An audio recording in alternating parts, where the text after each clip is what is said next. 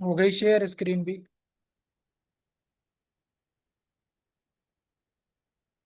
यहाँ तक हमने किए थे क्वेश्चन, सही है। आज इस पेज से शुरू करना है।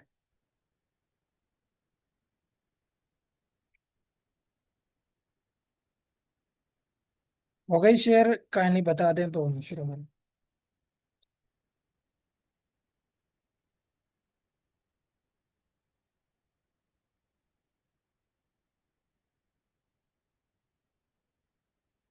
ओके, चलो। चलो यहाँ से हम करते हैं शुरू। ये थोड़ा इंपॉर्टेंट क्वेश्चन है, 460 में आपसे वाइवा में भी पूछता है सर तुनियो साहब। एंटागोनिस्ट कौन सा है जाइलाजीन का? एट्रोपिन है, यूएमबाइन है, लेवलाफ्रेन है, रोहेमबाइन है। तो ये बताया भी हुआ है, यूएमबाइन जो है जो वो जाइलाजीन का antagonist. Very good, very good, ठीक है। ये आपने याद रखना है। उसके बाद यहाँ से कुछ यहाँ तक स्टेजेस के क्वेश्चंस हैं, ये सारे ही एनास्थेटिक स्टेजेस ये हमने डिस्कस की हुई हैं, बट एमसीक्यूज फॉर्म में देखते हैं। अच्छा, यहाँ पे आपने देखना है 464 पे क्या है कि which is the stage is no called the delirium stage, ठीक है। डिलेरियम किसे कहा जाता है? एक्साइटमेंट को कहा जाता है। तो वो यही वर्ड दे सकता है पेपर में। वेरी इंपॉर्टेंट क्वेश्चन है, डिलाइरियम या डिलेरियम वर्ड। तो कौन सी स्टेज होती है एनेस्थीसिया की जिसको डिलेरियम स्टेज कहा जाता है? Stage one, stage two, stage three, stage four. अभी एनेस्थीसिया जब दिया जाता है तो ये चार स्टेजेस यहाँ पे मौजूद होती है, मैंने थ्योरी में भी बताई है। Very good. सेकंड स्टेज होती है जिसको डिलेरियम स्टेज कहा जाता है। तो यहाँ चारों के आपको जो ऊपर ऊपर से नाम है इनके बेसिक वो पता हो। जैसे फर्स्ट स्टेज को स्टेज ऑफ एनल्जेसिया कहा जाता है, ठीक। फर्स्ट स्टेज को क्या कहा जाता है? Stage of analgesia. मतलब इसमें एनिमल अभी अवेक होता है, पेन जो होता है उसका डिक्रीज होना शुरू हो जाता है। और सेकंड स्टेज को ये कहा जाता है डिलेरियम या एक्साइटमेंट वाली स्टेज, जिसमें एनिमल एक्साइटेड या रेस्टलेस हो जाता है, वो किकिंग करना शुरू करता है या इरेगुलर ब्रीथिंग होती है।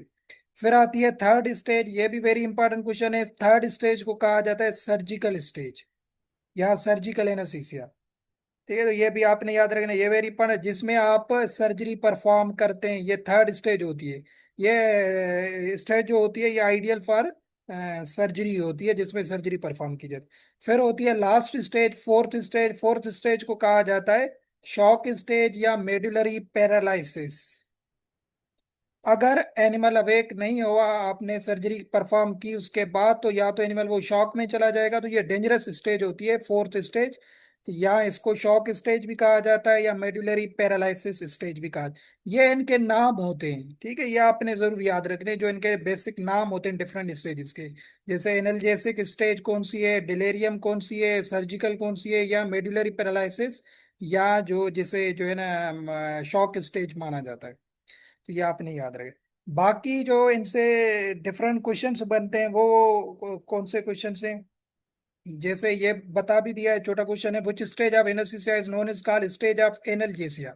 एनाल्जेसिया किसे कहा जाता है? जिसमें पेन रिड्यूस हो जाता है, तो ये मैंने बता दिया, फर्स्ट स्टेज को स्टेज ऑफ एनाल्जेसिया माना जाता है, ठीक है।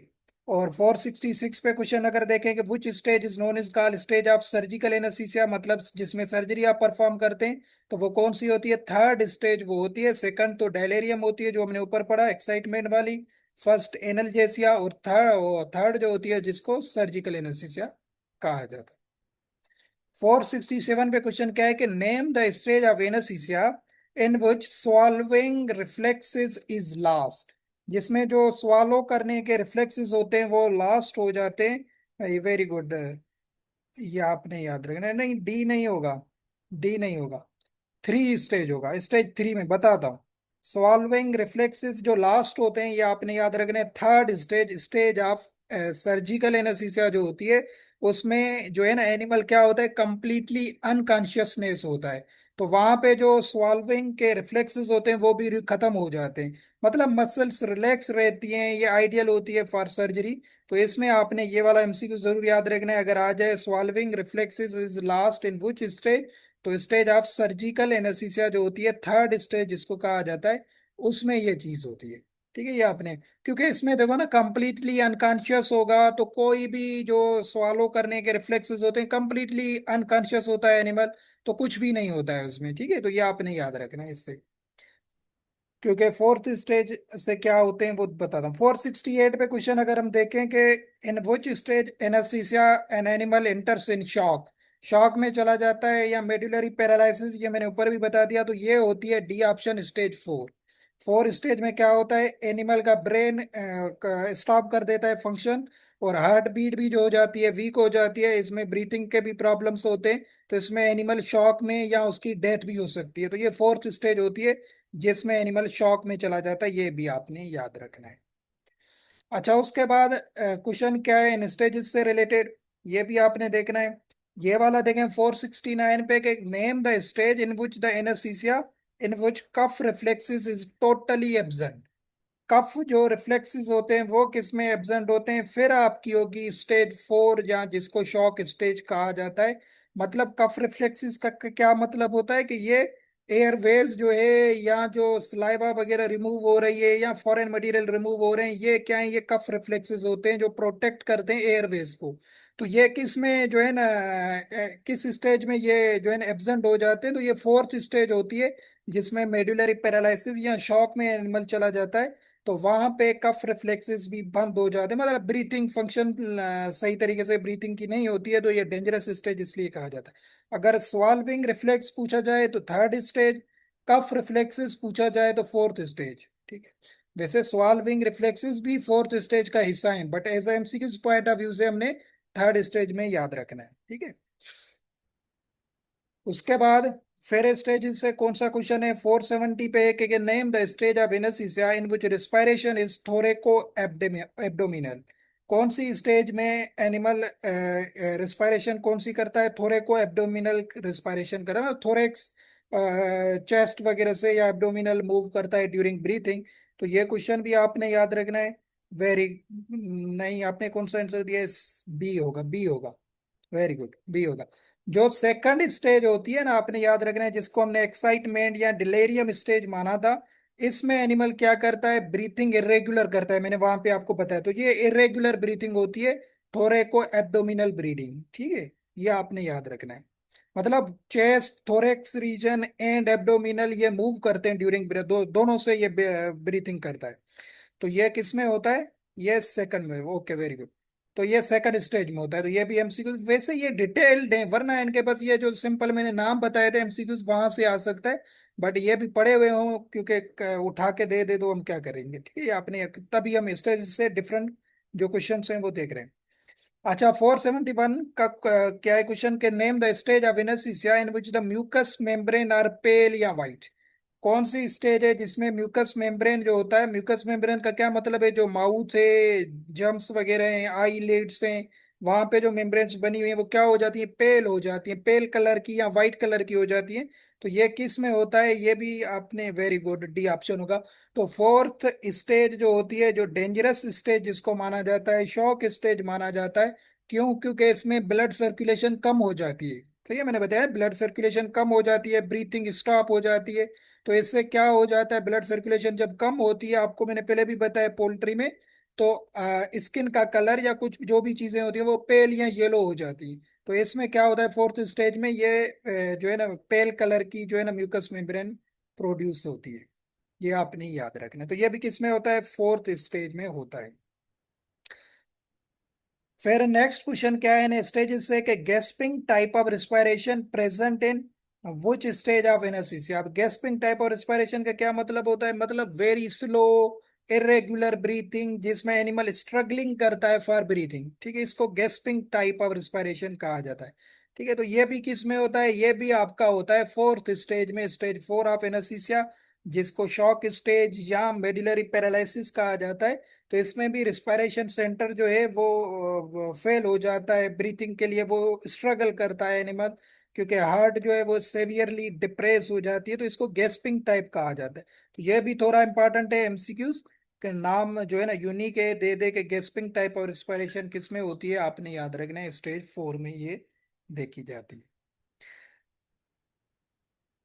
फिर अभी सेकंड लास्ट क्वेश्चन क्या है स्टेज से, कि hypotension occurs in which stage of anaesthesia.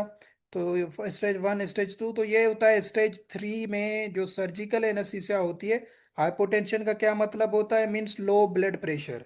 तो लो ब्लड प्रेशर किस में होता है? जैसे जब एनिमल अनकॉन्शियस होगा, ब्लड वेजल्स रिलैक्स रहेंगी, तो उसमें क्या होता है, ब्लड प्रेशर डिक्रीज हो जाता है। तो जो सर्जिकल स्टेज होती है, इसमें जो है ना हाइपोटेंशन की कंडीशन बनती है। आप देखते होंगे उस टाइम मॉनिटर करते हैं बार बार जो है ना एनिमल का बीपी वगैरह।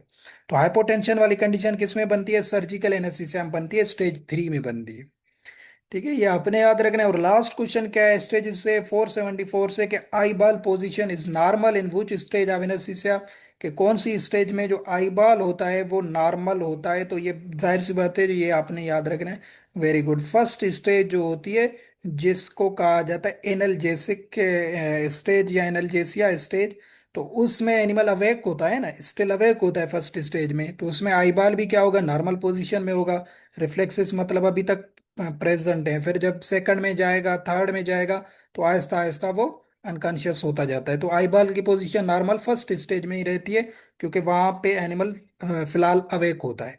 तो यहाँ तक ये 465 से लेके 74 तकरीबन ये 9 क्वेश्चन हैं जो एनेस्थेटिक स्टेजेस से लिए गए हैं। अगर क्वेश्चन इनमें से आएगा स्टेजेस में से, तो इनसे बाहर नहीं आएगा, यही क्वेश्चंस आएंगे जो इसने यहाँ पे निकाले हुए हैं। ये इंपॉर्टेंट वे, वैसे ये डिलेरियम वाला वेरी इंपॉर्टेंट है पेपर के लिए। एक ही क्वेश्चन के कौन सी स्टेज को डिलेरियम स्टेज कहा जाता है, ये नाम आता है, डिफरेंट बुकलेट्स में निकला हुआ है, आपने देखा होगा।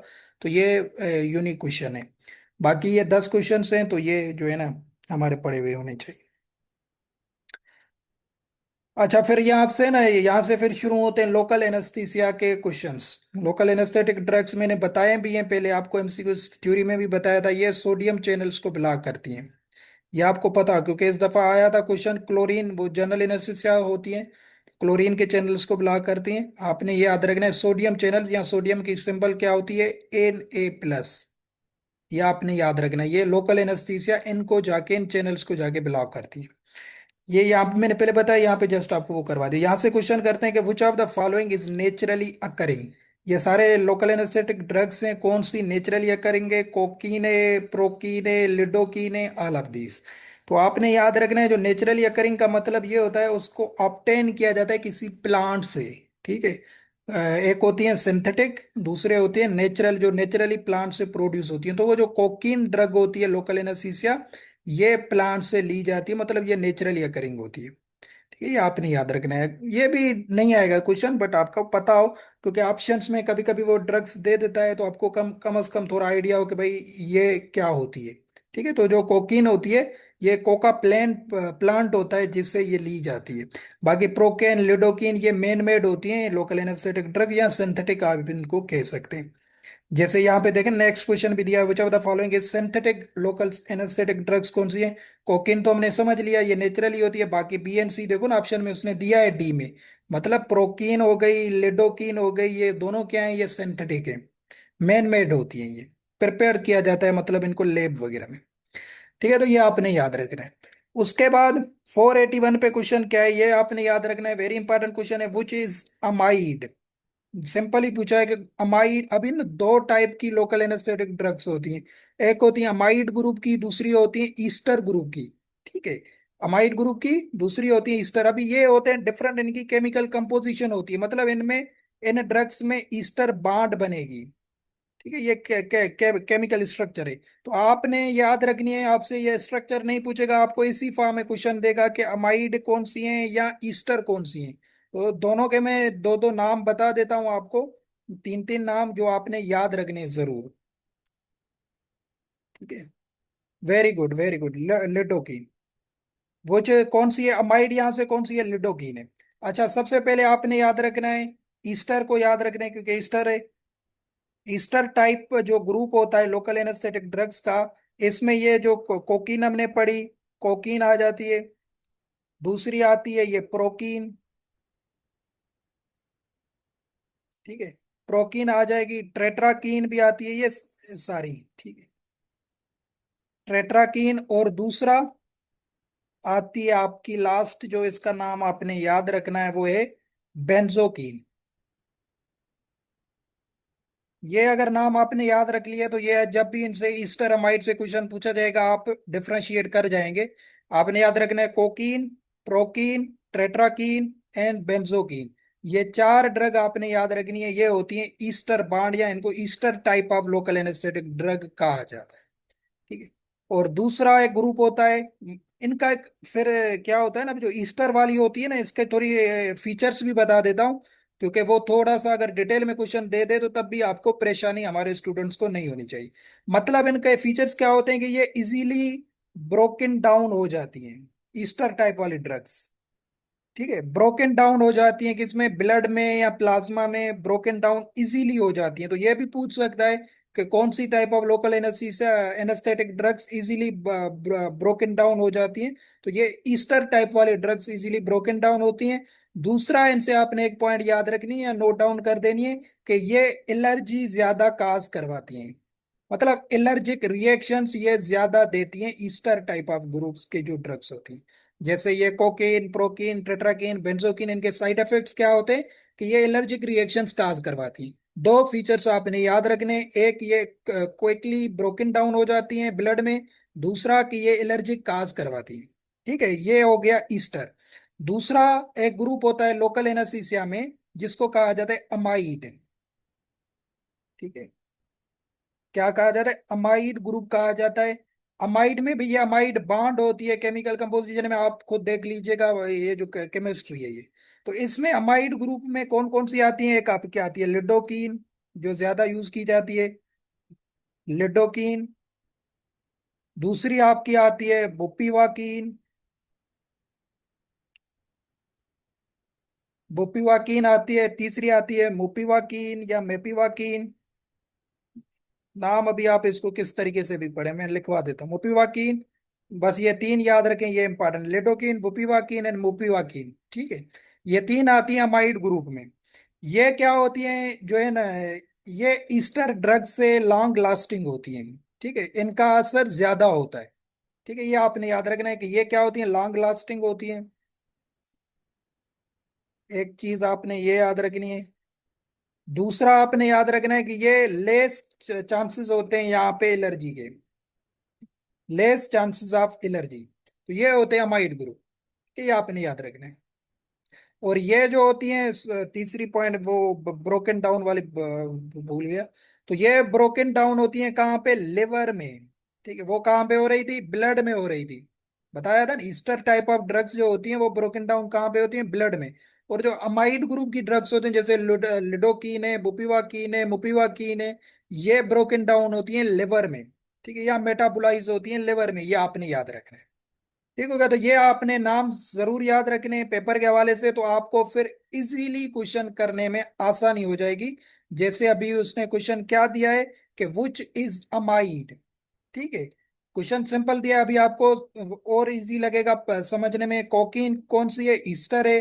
प्रोकीन कौन सी है, ईस्टर है। लिडोकिन ऑप्शन में दिया है ना, लिडोकिन सी ऑप्शन क्या है, ये अमाइड है। ठीक है, ये आपने याद रखना है। आई होप कि ये क्लियर हो गए होंगे लोकल एनालिसिस से। बाकी ओ एस एच ये बेंजिक या पैराबेंजिक ये इंपॉर्टेंट नहीं है। यह आपने याद रखना है 484 पे। यह क्वेश्चन क्या है कि which is not used as surface anaesthesia. ठीक है, सरफेस एनेस्थीसिया का क्या मतलब होता है, ये आपने याद रखना है। यहाँ पे मतलब जो जिनका टॉपिकल यूज किया जाता है या स्किन या म्यूकस मेम्ब्रेन पे यूज किया जाता है उनको सरफेस एनेस्थीसिया का, जैसे आईज में, नोज में, माउथ में। तो यहाँ पे अगर कोई जिसने पेट्स में काम किया है तो वो थोड़ी सी हमारी रहनुमाई कर दे, जैसे राफेल आपने पेट्स में शायद काम किया है। यहाँ पे इसने आंसर दिया है all of these wet skin ने। ठीक है, ऑल ऑफ दीज नहीं होगा, क्योंकि लिडोकिन को समटाइम्स यूज किया जाता है एज अ स्प्रे में या एज अ जेल में। अगर किसी ने काम किया तो मुझे बता दे कि भाई लिडोकिन के किसी ने कभी यूज किया है जेल वगैरह में या स्प्रे फॉर्म में, तो उसको सरफेस एनेस्थीसिया कहा जाता है। इसने वेट स्केन ने दिया है कि भाई कोई भी इनमें से ड्रग जो है यूज नहीं की जाती एज अ टॉपिकली या स्किन पे या आईज के लिए या माउथ के लिए। जैसे प्रोकीन, कोकीन, लिडोकिन कोई नहीं यूज की जाती। बट मेरे पॉइंट ऑफ व्यू से लिडोकिन वगैरह को यूज किया जाता है एज अ स्प्रे में या जेल फॉर्म में, ताकि स्किन वगैरह पे जो है ना यूज किया जाता है। ठीक है, अगर नहीं तो वेट स्कैन का मैंने आपको आंसर बता दिया, इसका वेट स्कैन आंसर दिया है ऑल ऑफ दिस कोई यूज नहीं की जाता, सरफेस एनालिसिस आप बता दिया। अगर इसको वो हो तो वो जो बता दीजिएगा, क्योंकि ये प्रैक्टिकली आप देख लीजिएगा, क्योंकि इसमें फिर वो हो जाता है। होती है ना, हाँ, इसलिए मैंने कहा लिडोकिन यूज होती है तो फिर आंसर हमारा लिडोकिन होगा। ठीक है, लिडोकिन होगा कि भाई जो है ना, लिडोकिन यहाँ पे फिर इसने ऑप्शन में गलत दिया है ना। ऑल ऑफ दिस फिर नहीं होगा ना, क्योंकि लिडोकिन को यूज किया जाता है सर, 2% भी किया जाता है। तो हाँ एज अ जेल है, क्योंकि मैंने देखा है, इसलिए मुझे भी इसमें कंफ्यूजन थी। तो ये की जाती है, तो इसको हम नहीं करेंगे ना, ऑल ऑफ दिस करेंगे तो मतलब लिडोकिन को भी यूज नहीं किया जाता, तो लिडोकिन को किया जाता है। बाकियों को छोड़ दें, लिडोकिन को 2% भी तो मतलब किया तो जाता है ना, सरफेस के लिए या जो है ना जो टॉपिकल एरियाज होते हैं। तो ये इस क्वेश्चन में थोड़ी सी इसने मिस्टेक यहाँ पे की हुई है, जो मैंने आपको बता दी। ठीक है, नेक्स्ट क्वेश्चन देखते हैं, इनसे रिलेटेड लोकल एनेस्थेटिक ड्रग से क्या है कि which is used in doping in horses. Doping अभी क्या होती है, ये एनिमल की परफॉर्मेंस को चेंज करने के लिए जो ड्रग्स यूज किए जाते हैं। ठीक है, ये असल में ना मिस यूज किया जाता है, जो हॉर्स वगैरह की रेसिंग करवाते हैं ना, के लिए यूज करते हैं हॉर्सेस को। तो उसमें ये ड्रग्स यूज करते हैं ताकि उनका पेन वगैरह रिड्यूस हो और उनको टेम्पररी परफॉर्मेंस अच्छी मिल सके। हो सकता है एनिमल कोई लेमनेस हो उसमें, तो उसमें यूज की जाती है ताकि वो एक्टिव हो जाए। ठीक है, तो ये रेसिंग वगैरह में जो यूज किया जाता है उसके लिए ये टर्मिनोलॉजी होती है डोपिंग। ठीक है, तो यहाँ पे लोकल एनेस्थीसिया कौन सी यूज की जाती है, एग्जाम पॉइंट ऑफ व्यू से याद है, बट ये बैंड है पाकिस्तान में, प्रोकीन। ठीक है, प्रोकीन जो है इसको जो है ना यूज किया जाता है doping in horse. Exam point of view से आपने याद रखना है, बट ये भी इतना इंपॉर्टेंट क्वेश्चन नहीं है। सही है, बस ये अगर लोकल एनेस्थेटिक एनेस्थेटिक ड्रग से क्वेश्चन आया, तो इनका जो मैंने चैनल आपको बताया, सोडियम चैनल आपने याद रखना है। दूसरा ये अमाइड और ईस्टर में कौन कौन से ग्रुप्स ड्रग्स हैं, ये आपने याद रखने हैं। बाकी एज सच कोई भी यहाँ से इंपॉर्टेंट नहीं है कि भाई सरफेस वाला आ जाए या ये डोपिंग वाला आ जाए, ये इनसे नहीं आते। ठीक है, 490 क्वेश्चन पे देख लेते हैं। ये क्वेश्चन क्या है कि which is known is called spray anaesthesia. किसको स्प्रे एनेस्थीसिया माना जाता है, प्रोकीन को? ये तो नहीं होती, ये तो ईस्टर में आती है। जाइलोकिन, जाइलोकिन लिडोकिन को कहा जाता है, ये आपने याद रखना है। यदरने में किसका, लिडोकिन का। ठीक है? और इथाइल क्लोराइड या ईथर, तो आपने याद रखना है स्प्रे एनेस्थीसिया का मतलब होता है, मतलब वो स्किन वगैरह पे या माइनर प्रोसीजर्स में यूज किया जाता है। कोल्ड एनेस्थेटिक ड्रग्स जिनको कहा जाता है, मतलब वो एवापोरेशन जिनकी हो जाए, वो स्किन को कूल करे। ठीक है, तो ये आपने याद रखना है। तो ये कौन सी यूज की जाए, इथाइल क्लोराइड को स्प्रे एनेस्थीसिया कहा जाता है। ठीक है, तो ये अगर एक डायरेक्ट क्वेश्चन आ जाए स्प्रे एनेस्थीसिया कौन सी है, तो ये स्मॉल इन्फेक्शन या इंजेक्शन वगैरह के फॉर्म में यूज की जाती है। तो ये इथाइल क्लोराइड को स्प्रे एनेस्थीसिया माना जाता है।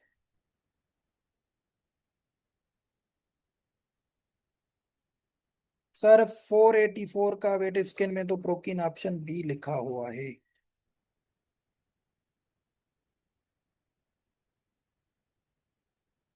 लिखा हुआ है, कंफर्म है ये? लिखा हुआ है तो फिर तो सही है। हाँ, फिर अगर लिखा हुआ है तो फिर ठीक है। प्रोकीन उसने दिया है, तो फिर तो ये लिडोकिन और कोकीन जो है ना यूज किए जाते हैं। लिडोकिन तो हो गई, तो फिर कोकीन भी हो गई।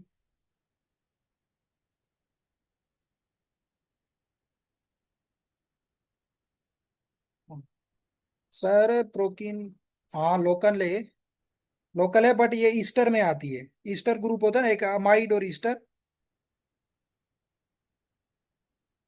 चलो बेहतर है, फिर ये हमारा यहाँ पे ठीक हो गया। मुझे लग रहा था कि आला दीज है शायद इसका। चलो, तो फिर तो ठीक है। फिर तो इस पे जो हमने बहस की कि भाई ये सारे इसने गलत दिए हैं, तो ये ठीक है आंसर। ठीक है, तो प्रोकीन नहीं की जाती है, ये आपने याद रखना है। बाकी ये लिडोकिन एंड कोकीन दोनों एज अ सरफेस एनेस्थीसिया जो हमने टॉपिकल बताया आपको, स्किन वगैरह में या आईज नोज वगैरह में इनमें यूज किए जाते हैं, स्प्रे के फॉर्म में ये यूज किए जाते हैं दोनों। ठीक है, ये क्लियर कर दिया, थैंक यू। Thank you 161। हाँ, क्लिनिकली लिडोकिन होती है, वही मैंने बात की। ये कोकीन वगैरह ये यूज नहीं होती है, but as exam point of view से दोनों आपने याद रखनी, ये सरफेस में यूज होती है, बाकी प्रोकीन नहीं होती है। अच्छा, उसके बाद 491 क्वेश्चन क्या है कि बारबीचूरेट्स आर डेरिवेट्स ऑफ किसके होते हैं, picric acid, benzoic acid, barbituric acid, phenol. ठीक है, बारबिटूरेट्स ये भी क्या होते हैं, ये ग्रुप ऑफ ड्रग्स होते हैं जिसमें एनएससी आ गए, सेडेटिव्स आ गए। ठीक है, तो ये बारबी के किसके डेरिवेटिव्स होते हैं, ये भी आपको पता होगा, बारबिटूरिक एसिड्स के होते हैं ये। ठीक है, जिसमें ये थायोपेंटल सोडियम होता है, पेंटो बारबीटल होता है, फिनो बारबीटल होता है, ये सारे इसमें आते हैं, ये बारबीटल ग्रुप के होते हैं, बारबिटेरिक एसिड्स के ड्राइव्ड होते हैं। ठीक है, तो ये इतना इंपॉर्टेंट नहीं है। ये वाला क्वेश्चन कौन सा है, 492 पे, के which of the following is known इसका ल्यूमिनल। अभी ये ल्यूमिनल क्या होता है, ये होता है ब्रांड नेम या ट्रेड नेम, किस ड्रग का है ये पूछा है, फिनोबार्बिटल है, पेंटोबार्बिटल है, थायोबार्बिटल है, ऑल ऑफ दीज। तो आपने याद रखना है, ये होता है फिनोबार्बिटल को ल्यूमिनल ड्रग कहा जाता है। ये ब्रांड नेम है, मैंने बता दिया आपको। ये बारबिटूरेट्स में आते हैं, जो सीजर्स वगैरह होते हैं ना, जिसमें सडन ब्रेन काम करना छोड़ देता है, उसमें ये यूज किए जाते हैं। तो उसमें ये फिनोबार्बिटल यूज किया जाता है, तो इसका ल्यूमिनल ये ब्रांड नेम है। तो ये भी इतना इंपॉर्टेंट नहीं है कि ब्रांड नेम दे के जो है ना पूछ ले पेपर में, परेशान नहीं होना। दूसरा आपने याद रखना है, नेम्ब्यूचल, ये ल्यूमिनल था, ये नेम्ब्यूचल है या नेब्यूटल, ये किसका जो है ना होता है ब्रांड नेम, ये आपने याद रखना है पेंटो बारबिटल सोडियम का होता है। ठीक है, पेंटो बारबिटल, तो ये भी इतना इंपॉर्टेंट नहीं है, आपने परेशान नहीं होना। नेक्स्ट क्वेश्चन पे आ जाएं, ये आपका रिपीटेड क्वेश्चन भी है। Ketamine is mostly used in, मैंने बताया भी है आपको, केटामिन सबसे ज्यादा किस में यूज की जाती है, रुमिनेट में, डॉग में, हॉर्स में, तो केट में ज्यादा यूज की जाती है। ठीक है, केट में केटामिन क्या होती है, डिसोसिएटिव एनेस्थीसिया है, कल आपको बताया था डिसोसिएटिव एनेस्थीसिया। तो ये डिसोसिएटिव एनेस्थीसिया मतलब ये केट में गुड प्रोड्यूस करती है एनेस्थीसिया को, पेन वगैरह से रिलीफ मिल जाता है, या माइनर सर्जरीज में, शॉर्ट प्रोसीजर्स में ये यूज किया जाता है केटामिन को। फिर इसके साथ कंबाइन किए जाते हैं जाइलाजीन, जाइलाजीन भी राफिल किए जाते हैं ना इसके साथ, केटामिन के साथ जाइलाजीन या डायजीपाम, इनको फर्दर जो मसल्स रिलैक्सेशन होती है उसके साथ कंबाइन किया जाता है। बट मैं मोस्टली, आपने एमसीक्यूज पॉइंट ऑफ व्यू से याद रखना है कि केटामिन को मोस्टली अगर पूछा जाए किस एनिमल में यूज किया जाता है, तो केट आपने याद रखना है, केट में ज्यादातर यूज किया जाता है। ठीक है, उसके बाद ये वो इस केटामिन से ये 495 पे क्वेश्चन, कि which of the following is true for ketamine, ketamine से क्या क्या चीजें ट्रू है। फिनाइल डीन एनालॉगस होती है, डिसोसिएटिव एनालिसिस होती है, it mainly used in cat, तो ऑल ऑफ दीज ये जो पॉइंट्स हैं सारे जो है ना, तो ये केमिकली फिनाइल साइक्लाडीन ये स्ट्रक्चर होती है, इससे ये मिलती है केटामिन की, इसलिए इसको फिनाइल डीन एनालॉगस कहा जाता है। ठीक है, और दूसरा डिसोसिएटिव एनालिसिस होती है, ये तो हमें पता है, कल भी बताया था आपको, मतलब ये डिस्कनेक्ट करती है ब्रेन को फ्रॉम द बॉडी। और कल मैंने बताया था डिसोसिएटिव एनालिसिस क्या होता है, जिसमें एनिमल आईज ओपन होती हैं, उसे मतलब फील नहीं होता पेन, बट अगर आप उसे रिफ्लेक्सेस या क्या कहते हैं थोड़ा सा टच करेंगे या वहां पे कोई भी स्टिमुलेशन करेंगे, तो एनिमल जो है ना वहां पे अवेक हो जाता है, इसको कहा जाता है डिसोसिएटिव एनालिसिस। तो ये केटामिन डिसोसिएटिव है, और मेनली यहाँ पे ऊपर क्वेश्चन हमने पढ़ा कि ये केट में यूज की जाती है, तो ये ऑल ऑफ दीज इसके हो जाएंगे। ठीक है, ये आपने याद रखना। फिर 496 पे क्या है कि द ग्रुप ऑफ ड्रग्स, ये सारे एनेस्थीसिया से रिलेटेड है। The group of drugs which paralyse the voluntary muscle stone, voluntary muscle stone की जो है ना उनको इफेक्ट करता है, उनकी टोन को जो है ना पैरालाइज करता है। एनेस्थेटिक एजेंट्स करते हैं, मसल्स रिलैक्सेंट करते हैं, एनाल्जेसिक्स करते हैं, ऑल ऑफ दीज। तो आपने याद रखना है ये होते हैं मसल्स रिलैक्सेंट। ठीक है, मसल्स रिलैक्सेंट क्या होते हैं, जो वॉलंटरी मसल्स कौन सी हो गई, स्केलिटल मसल्स हो गई, पढ़ा है ना फिजियो में। स्केलिटल मसल्स जो होती है उनकी पैरालिसिस करवाना, ताकि इजीली सर्जरी वगैरह परफॉर्म की जाए। तो ये आपने याद रखना, ये पेन वगैरह से रिलीफ नहीं देती है, नहीं अनकॉन्शियस मसल्स रिलैक्सन करवाते हैं, ये जस्ट मसल्स को रिलैक्स करते हैं, जैसे इनका नाम ही है मसल्स रिलैक्सन। ठीक है, तो वॉलंटरी या स्केलिटल मसल्स को कौन सी ड्रग पैरालाइज करती है, या कौन सा ग्रुप करता है, सॉरी, वो मसल्स रिलैक्सेंट होते हैं, वो करते हैं, ये आपने याद रखना है। ठीक है, उसके बाद जो है ना इनसे रिलेटेड नेक्स्ट क्वेश्चन है कि मसल रिलैक्सेंट जो है वो act on which of the following, किस पे वो एक्ट करते हैं, न्यूरोमस्कुलर जंक्शन, बी ऑप्शन क्या है, the synapses of spinal cord, both of these. तो ये भी आपने याद रखना है कि ये किस पे एक्ट करते हैं, मसल्स रिलैक्सन। तो ये पेरिफेरल मसल्स रिलैक्सेंट होते हैं, जो न्यूरोमस्कुलर जंक्शन बनती है, मतलब जहाँ पे नर्व्स जो होती हैं, नर्व्स मीट करती हैं किसके साथ, मसल्स के साथ, इसको कहा जाता है न्यूरोमस्कुलर जंक्शन। तो ये वहां पे एक्ट करती है मसल्स रिलैक्सन।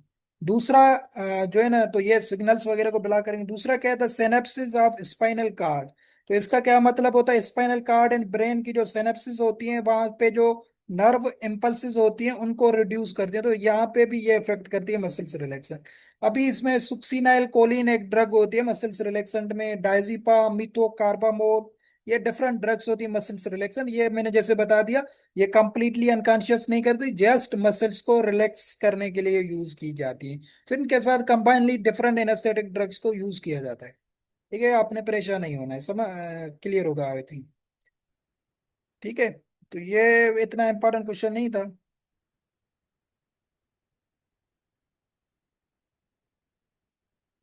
फिर आपने याद रखना है, 4 मिनट है हमारे पास। यहाँ पे कुछ डेफिनेशंस हैं, ये थोड़ी इंपॉर्टेंट है। Reaction of living tissues to injury is known as call, उसे क्या कहा जाता है, वाउंड कहा जाता है, इन्फेक्शन कहा जाता है, इन्फ्लामेशन कहा जाता है, या इन्फेस्टेशन कहा जाता है। जब भी लिविंग टिश्यूज का किसी इंजरी के लिए रिएक्शन होता है तो उसको कहा जाता है, मैंने ये डेफिनेशन बताई भी हुई है, इन्फ्लामेशन कहा जाता है।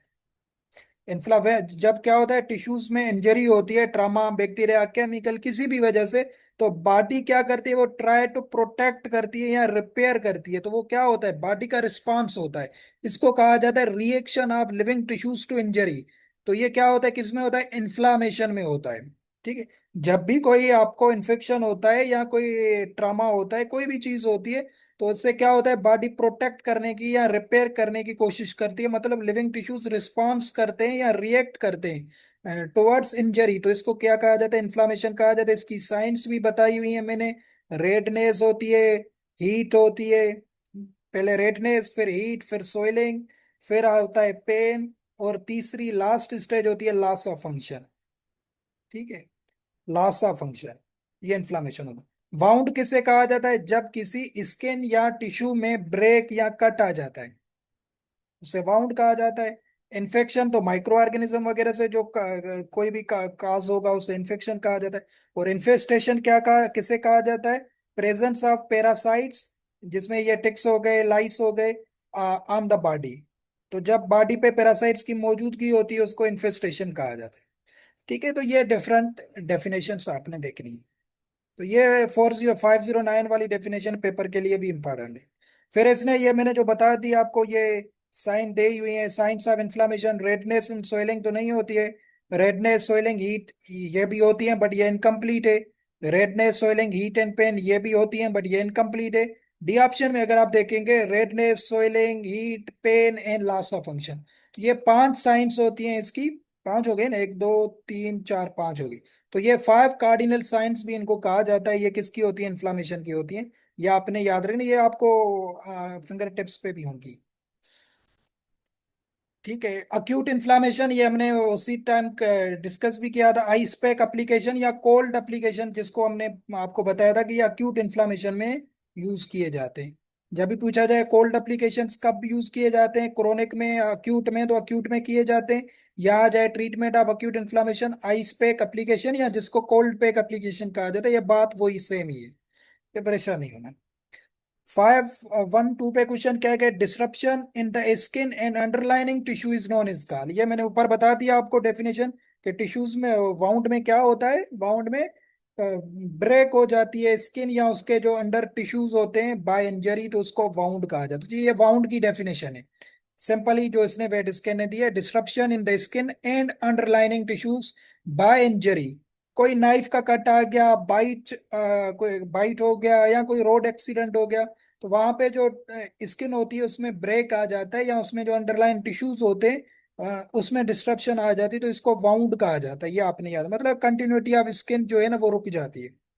फ्रैक्चर क्या होता है, ब्रेक इन अ बोन, अगर बोन्स में कोई जो है ना डिस्ट्रप्शन आ गई या ब्रेकेज आ गया तो उसको फ्रैक्चर कहा जाएगा।